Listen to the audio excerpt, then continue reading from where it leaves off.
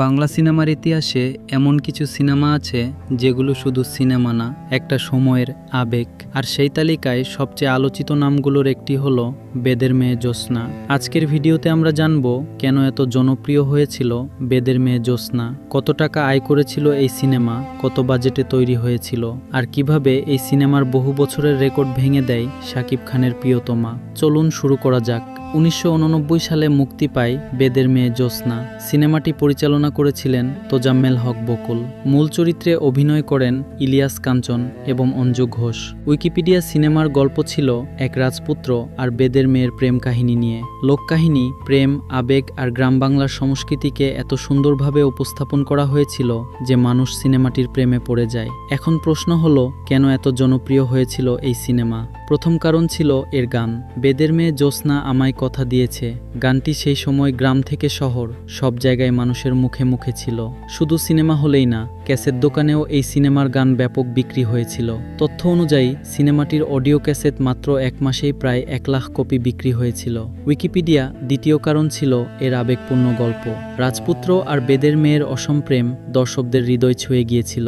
তৃতীয় কারণ ইলিয়াস কাঞ্চন ও অঞ্জু ঘোষের অসাধারণ অভিনয় এবং কেমিস্ট্রি। বিশেষ করে অঞ্জু ঘোষের চরিত্রটি মানুষের মনে আজও জায়গা করে আছে।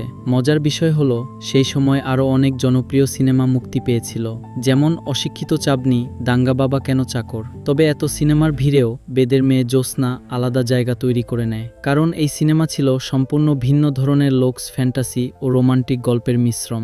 ধারণা করা হয় সেই সময় সিনেমাটি নির্মাণে প্রায় 30 লাখ টাকার মতো বাজেট খরচ হয়েছিল, কিন্তু মুক্তির পর যা ঘটেছিল তা ছিল অবিশ্বাস্য।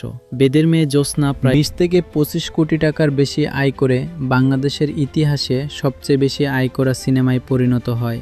gpedia.com+2 এবং সবচেয়ে আশ্চর্যের বিষয় হলো, এই রেকর্ড প্রায় 34 বছর ধরে কেউ ভাঙতে পারেনি। উইকিপিডিয়া কিন্তু 2023 সালে এসে সেই ইতিহাস বদলে যায়। শাকিব খান অভিনীত প্রিয়তমা সিনেমাটি বেদের মেয়ে জ্যোৎস্নার দীর্ঘদিনের রেকর্ড ভেঙে দেয়।